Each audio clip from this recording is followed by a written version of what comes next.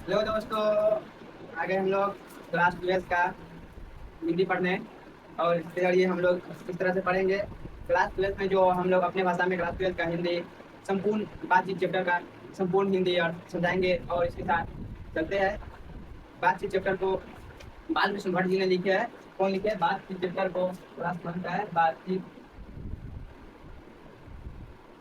बातचीत को किसने लिखा है? बालकृष्ण भट्ट जी।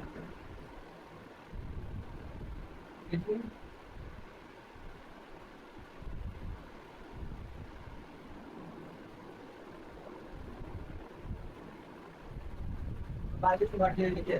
बालकृष्ण भट्ट का जन्म 23 जून 1844 में हुआ है। कब जन्म कब हुआ है? जन्म इसका हुआ है, जन्म हो गया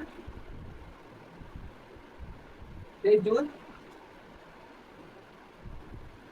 23 जून 1844। 23 जून 1844 में जन्म हुआ और इसका निधन निधन हो गया है 20 जुलाई 1914 में। कब मर गया? 1914 में निधन निधन हो गया इनका 20 जुलाई 1914 में। कब? 20 जुलाई 1914 में। और इनका जो जहाँ इनका रहने का निवास यानी कि इनका निवास स्थान था इलाहाबाद यानी कि प्रयागराज। ठीक, इलाहाबाद उत्तर प्रदेश। ठीक, कहाँ था स्थान इसका? इलाहाबाद। क्या? इलाहाबाद। इसी को हम लोग प्रयागराज के नाम से जानते हैं, प्रयागराज। जो कहाँ पड़ता है? उत्तर प्रदेश। कहाँ? उत्तर प्रदेश। ठीक। इनके माता पिता का नाम पार्वती देवी और पिता का नाम बेनी प्रसाद भट्ट, जो एक व्यापारी थे। माता का नाम पार्वती देवी और पिताजी के नाम बेनी प्रसाद भट्ट।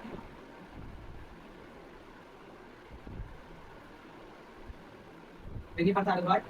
जो बेनी प्रसाद भट्ट जो थे वो पेशे से क्या थे? एक व्यापारी थे। पेशे से क्या थे? व्यापारी।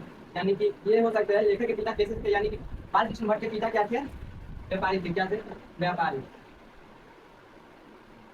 ठीक। बालकृष्ण भट्ट जी ने यानी कि शिक्षा कहाँ से प्रारंभ की, मतलब कौन स्कूल से शिक्षा ग्रहण की? देखिए, तो बालकृष्ण भट्ट जी ने शिक्षा प्रारंभ संस्कृत का अध्याय 1867 में उन्होंने प्रयागराज के मिशन स्कूल से किए। कहाँ से शुरू वाला शिक्षा कहाँ हुआ? शुरू का शिक्षा शिक्षा ग्रहण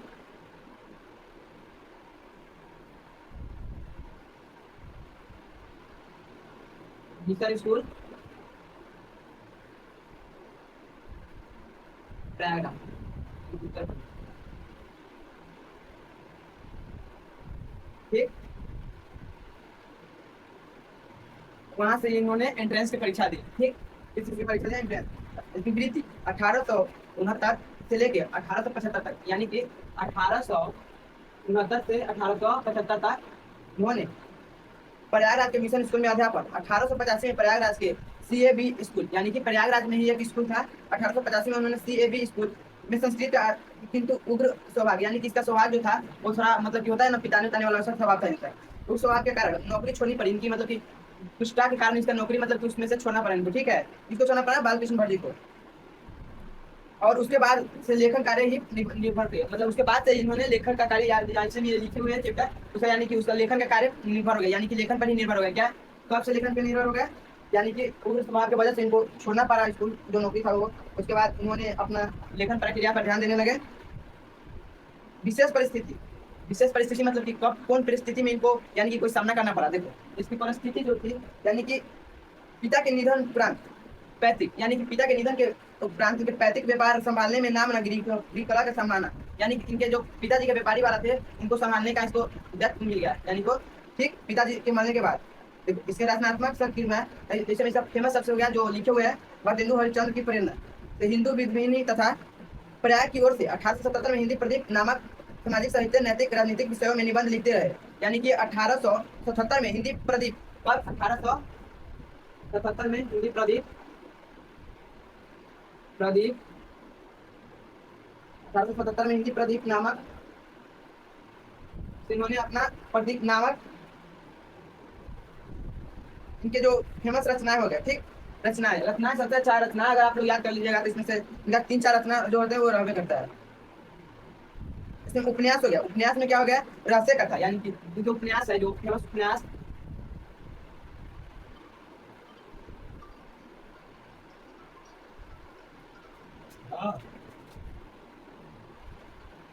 और इनके प्रमुख रचनाएं क्या है, ये प्रमुख रचनाएं हो गए, ये प्रमुख रचना हो गए, प्रमुख रचनाएं हो गए जैसे में हो गए उपन्यास, उपन्यास में क्या हो गए, उपन्यास, उपन्यास में हो गया जैसे में देखो रहस्य कथा, इसका रहस्य कथा क्या हो गया, रहस्य,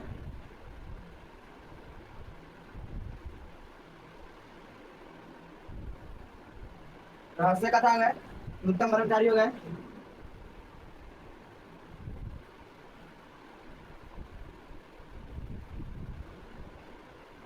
उसके बाद बेनी संहार हो गया, उसके बाद शिशुपाल हो गए, उसके बाद हो गया शिशुपाल वध हो गया, शिशुपाल वध, यानी कि शिशुपाल जी का वध के बारे में लिखा है। उसके बाद हो गया शिशुपाल वध हो गया, उसके हो गया शिक्षा दान, तो नाटक हो गया, उपन्यास में उधर हमारी घड़ी, क्या हमारी घड़ी, ठीक। और उसके बाद उपन्यास हो गया, उसके बाद नाटक में क्या है, नाटक में हो गया, नाटक में, नाटक में हो गया पद्मावती,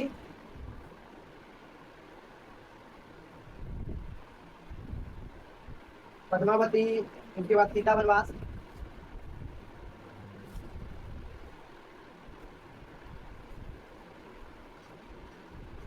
मेघनाथ वध,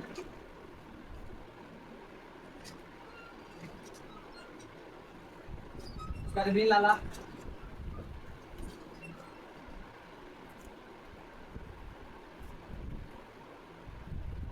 ठीक।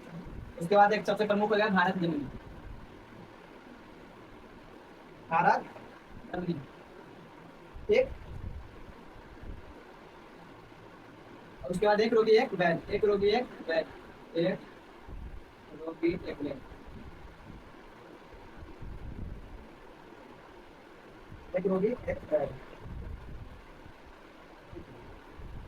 उन्होंने निबंध जो है ना, निबंध, उन्होंने निबंध यानी कि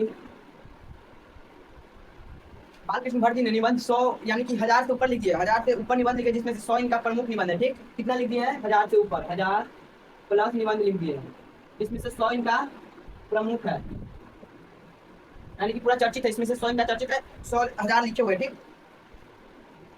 उसके बाद आज इनका देखो बालकृष्ण भट्ट का जो आज निबंध, बालकृष्ण भट्ट निबंध बातचीत चैप्टर का जो मेन साइंस था उसको हम बता दिए, कल इसका पूरा इंट्रोडक्शन क्लास देंगे, ठीक।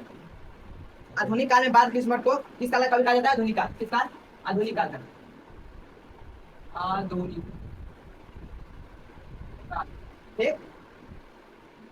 और बालकृष्ण भट्ट जी को आलोचना के जन्मदाता भी कहा जाता है, क्या कहा जाता है, आलोचना के जन्मदाता,